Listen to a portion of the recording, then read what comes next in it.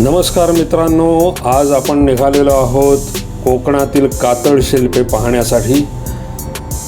कोकण म्हटलं की आठवतात नारळी, पोफळी, आंब्याच्या बागा, अरबी समुद्र, सुंदर समुद्रकिनारे, जलदुर्ग, माशाचे कालवण आणि तांदळाच्या भाकरी, घावणे आणि आंबोळ्या, सुरूची वने, भन्नाट खारा वारा, टुमदार घरे, कोकणी माणूस, लाल माती, जांभ्या खडक, माळावरचे कातळ सडे आणि आता कातळ शिल्पे।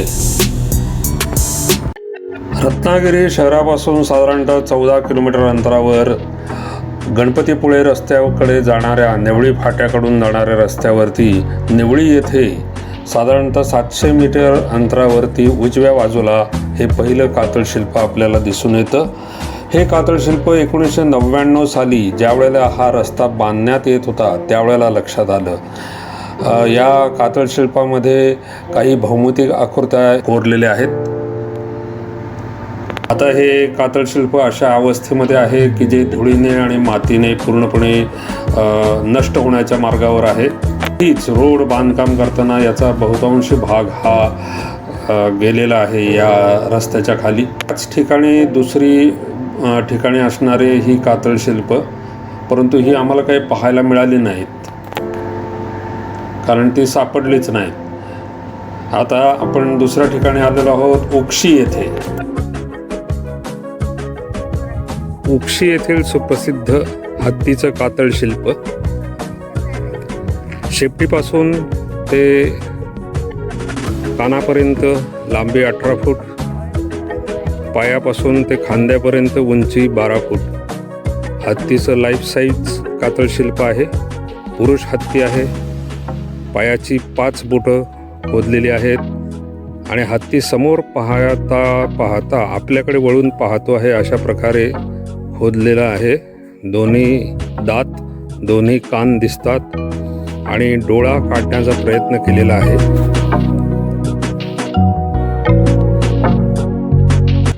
2016 मध्ये हे कातळ शिल्प प्रकाशामध्ये आलं आणि त्यानंतर या इथल्या ग्रामस्थांनी या ठिकाणी असा रॅम्प उभा केलेला आहे। हे दुसरी साईट आहे उक्षी येथीलच कातळ शिल्पांची। हत्तीच्या कातळ शिल्पाकडे जाताना उजव्या हाताला काही ॲब्स्ट्रॅक्ट डिझाईन्स असणारी अशी ही साईट आहे आणि या साईटवरती देखील गावकऱ्यांनी आपल्या खर्चातून बांधकाम केलेलं आहे पाहण्यासाठी। ही उक्षी येथील दुसरी कातळ शिल्पांची साईट आहे आणि या ठिकाणी वेगळे वेगळे आकार काढलेले आहेत। काही भौमितिक स्वरूपातले आकार आहेत आणि काही चित्र आहेत। तर त्यातले प्राधान्यानं म्हणजे हे या ठिकाणी एक अर्ध डोकं सारखं काढलेलं आहे आणि ते डोळ्याच्या ठिकाणी 2 गोल काढलेले आहेत आणि मध्ये नाकाचा सारखा आकार काढला आहे। बाजूला भुवई काढलेली आहे आणि नाकाच्या वरती नागाच्या आकाराचा असा एक आकृती काढलेली आहे। त्यानंतर पुढे गेल्यावर या ठिकाणी कंगवा काढलेला आहे पहा, हा कंगव्याचा आकार आहे या ठिकाणी। नंतर त्याच्या बाजूला जे आहे ते एक आकृती आहे, तर ते मासा काढण्याचा प्रयत्न आहे किंवा दुसरं असं एखादं लंब आकृती काढायचं आहे। त्याच्या बाजूलाही तेच आहे, त्याला काही जण ते पुरुष लिंगाचा आकार काढण्याचा प्रयत्न आहे असंही म्हणतात, असा अर्थ लावण्याचा प्रयत्न करतात। या ठिकाणी गोल गोल गोल अशा आकृत्या काढलेल्या आहेत। त्यानंतर महत्त्वाचं म्हणजे या इथे मध्ये या काही अगम्य आकृत्या आहेत, त्याचं संगती लावता आलेली नाही। त्याचप्रमाणे पलीकडे आहे, पण कोपऱ्यात जाऊया आपण आता त्या।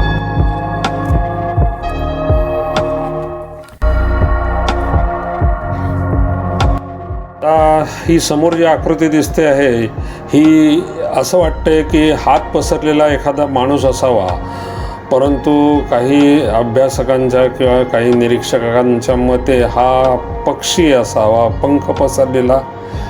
तर काही जण म्हणतात हा कदाचित हॅमिंग बर्ड असावा। इतर आकृत्या मात्र अतिशय ॲबस्ट्रॅक्ट आणि रँडमली काढलेल्या दिसतात. त्यांची संगती लावणं अवघड आहे. पर्यटकांना कातळशिल्प पाहता यावेत यासाठी गावकऱ्यांनी रॅम्प बाजूला जांभ्या खाडकाचा बनवलेला आहे आणि त्यामधून आपण ही कातळशिल्प व्यवस्थित पाहू शकतो. कातळशिल्पांवर चाललो नाही तर ती झिजून त्यांचं नुकसान होणार नाही याची आपण दक्षता घेतली पाहिजे, कारण हा निश्चितच आपला एक मोठा सांस्कृतिक आणि ऐतिहासिक वारसा आहे. कोकण, महाराष्ट्र आणि भारतातील आपण सर्व लोक भाग्यवान आहोत. आता आपण आलेलो आहोत चवे येथे. उक्षीपासून साधारणतः 19 किलोमीटर अंतरावरती असणारी ही साईट जानेवारी 2016मध्ये प्रकाशात आली. या ठिकाणी एकंदरीत 9 कार्विंग्ज आहेत, 9 कोरीव शिल्प आहेत आणि त्यामध्ये महत्त्वाचा म्हणजे 4 मीटर बाय 3 मीटर लांबीचा इंडियन रायनोसेरोस म्हणजेच एक शिंगी गेंडा या ठिकाणी कोरण्यात आलेला आहे आणि तो धावतो आहे अशा स्वरूपामध्ये त्याचं चित्रीकरण करण्यात आलेलं आहे. कातळशिल्पांमधील सर्वच प्राण्यांना पुढचा एक पाय आणि मागचा पाय असा काढण्यात आला आहे आणि ते धावत आहेत अशा प्रकारे या ठिकाणी दाखवण्यात आलेले आहेत. या ठिकाणी वाघाचं शिल्प आहे, त्याचप्रमाणे एक तरससारखा प्राणी आहे, काही अगम्य प्राणी आहेत. कातळशिल्पांमधील प्राण्यांना 2 कान काढलेले दिसतात. पुढचा एक पाय, मागचा पाय, परंतु 2 कान अशा स्वरूपात काढलेले आहेत. एक शिंगी गेंड्याच्या अंतर्भागामध्ये गोल गोल आकाराचे काही आकार काढलेले आहेत, परंतु त्यांचा उद्देश समजून येत नाही. तसंच या चवे या ठिकाणी ग्रामस्थांच्या सहकार्यातून स्थानिकांनी एक असा लाकडाचा स्ट्रक्चर बनवलेला आहे, बांबूचं स्ट्रक्चर, आणि त्याचा उद्देश असा आहे की या ठिकाणी पर्यटक आल्यानंतर त्यांना या कातळशिल्पांबद्दल इत्थंभूत माहिती मिळावी, त्या दृष्टिकोनातून काही माहितीपत्रकं, फोटो इथे लावण्यात येतील आणि वरून या बांबूच्या स्ट्रक्चरवरून लोकांनी पाहावं या ठिकाणी त्यांनी योजना केलेली आहे. आता आपण आलेलो आहोत चवे येथील दुसऱ्या साईटवरती. रस्त्याच्या कडेलाच असणाऱ्या या साईटवरती बरीच धुसर झालेली अशी कातळशिल्प आहेत, पण यामध्ये एक प्रामुख्यानं कातळशिल्प सापडतं ते म्हणजे एक आकृती आहे, मानवाकृती. डोकं काही निश्चित आकारातलं नाही आहे, परंतु 2 हात आणि वाढलेलं पोट, 2 पसरलेले पाय आणि मध्यभागी एक योनीसदृश्य आकार खणलेला दिसतो.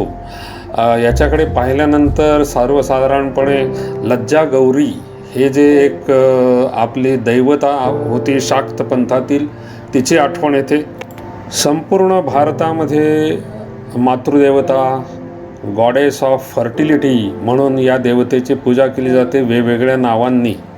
तिची शिल्प ही विविध ठिकाणी भारतामध्ये सापडलेली आहेत. संपूर्ण जगातील हे सर्वात प्राचीन असं कोरीव शिल्प असावं लज्जा गौरीचं.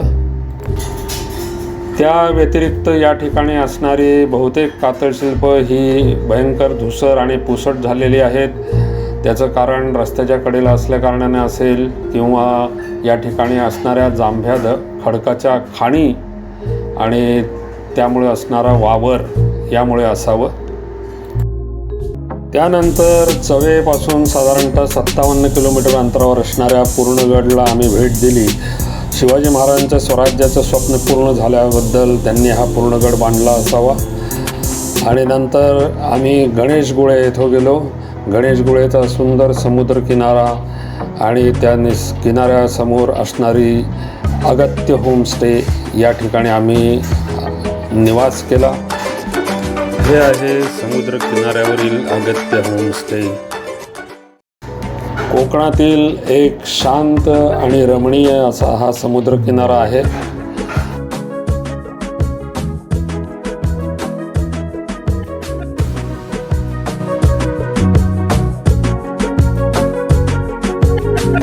गणेशगुळे येथून मुचकुंदी नदीचे खाडी ओलांडल्याच्या नंतर आपण गावखडी या गावाच्या गुरववाडी बस स्टॉपपाशी येतो. हा साधारणतः 16 किलोमीटर अंतरावरती आहे आणि तिथून उजव्या हाताला जाताना आपल्याला कातळ शिल्पाकडे जाणारी एक अतिशय खडतर अशी वाट दिसते. वाहन चांगलं असेल तर तुम्ही इथपर्यंत वाहन नेऊ शकता, अन्यथा गुरववाडी बस स्टॉपपासून चालत जाण्यासाठी साधारणतः 1-1.5 किलोमीटर अंतर आहे. या ठिकाणी आहेत सुप्रसिद्ध अशी कशेळीची कातळ शिल्पे. मे 2016मध्ये ही सर्वात मोठी साईट अशी कातळ शिल्पांची उजेडामध्ये आली. हे कातळ शिल्प पाहतानाच आपण पाहणार आहोत की एक्झॅक्टली कातळ शिल्प म्हणजे काय आहे आणि कातळ शिल्पांचा इतिहास काय असावा. तर या कशेळीच्या साईटवरती एक मॅसिव्ह एलिफंट, अतिशय जायंट एलिफंट म्हणता येईल असा मोठ्या आकाराचा हत्ती कोरण्यात आलेला आहे, जो साधारणतः 18 मीटर बाय 13 मीटर या साईजचा आहे. याला 2 कान आहेत, ते समोर आपल्याला दिसत आहेत. हे त्या हत्तीचं तोंड आहे, हे 2 कान आहेत. ही हत्तीची पाठ आहे. या ठिकाणी कोणत्याही प्रकारचा रॅम्प नाही आहे, त्यामुळे आपल्याला बाजूला कडेकडेनेच या हत्तीचं निरीक्षण करावं लागेल. हा हत्तीचा शेपूट, त्यानंतर हत्तीचा मागचा पाय आहे, हा हत्तीचा पुढचा पाय आहे आणि या हत्तीच्या शरीरावरती अनेक आकृत्या कोरलेल्या आहेत. कातळ शिल्पांचे अभ्यासक आणि संशोधक यांच्या मते या ठिकाणी जवळपास 82 आकृत्या, प्राण्यांच्या आकृत्या या हत्तीच्या शरीराच्या आतमध्ये कोरलेल्या आहेत. त्यापैकी बऱ्याच आकृत्या, आता हा समोरचा शार्क किंवा हा गेंडा किंवा रानडुक्कर आपण पाहतो आहोत. तसेच या ठिकाणी माकडाची आकृती कोरलेली दिसते आपल्याला समोर. वन्य प्राणी आणि समुद्रातील काही जलचर, हा एक स्टारफिश सारखी आकृती आहे या ठिकाणी. तर वन्य प्राणी आणि जलचर, काही रेप्टाइल्स प्राणी, मगर, सुसर, कोल्हा सदृश प्राणी हे या ठिकाणी आपल्याला दिसतात. काही आकृत्या या हत्तीच्या शरीराच्या अंतर्भागामध्ये म्हणजे कोरलेल्या आहेत, तर काही आकृत्या अशा हत्तीच्या बाहेरच्या भागामध्ये कोरलेल्या आहेत. या ठिकाणी हे एक प्राण्याचं चित्र आपल्याला दिसतं आहे. त्याचप्रमाणे हा एक कांगारू सदृश प्राणी दिसतो आहे, त्रिकोणी चेहरा दाखवलेला आहे त्याचा. हा मोठ्या कानांचा हत्ती आहे. या कातळ शिल्पांमध्ये एक वैशिष्ट्य आहे की पुढचा पाय आणि मागचा पाय असे 2 पाय दाखवलेले असतात, परंतु 4 पाय दाखवत नाहीत आणि कान मात्र दोन्हीही काढलेले असतात. या प्लॅटूवरती एकूण 126 आकृत्या आहेत. काही भौमितिक आकृत्या आहेत, काही गोल आकृत्या आहेत, त्रिकोणी आकृत्या आहेत. त्याचप्रमाणे वाघ, एकशिंगी गेंडा, अस्वल, मोर आणि माकडाच्या बऱ्याच आकृत्या आहेत. तसेच काही प्राणी आहेत आणि जलचर प्राणी आहेत. ही डॉल्फिन्स माशाची आकृती वाटते आहे. पण कातळ शिल्पांचं वैशिष्ट्य असं की या ठिकाणी कोणत्याही कातळ शिल्पामध्ये आजपर्यंत बैल, गाय, घोडा यासारख्या पाळीव प्राण्यांची मात्र चित्र आढळून आलेली नाहीत. सर्व वन्य प्राणी आहेत. आता एकशिंगी गेंडा हा तर या भागामध्ये अद्यापपर्यंत कधीच आढळलेला नाही. कदाचित तो पूर्वी असावा.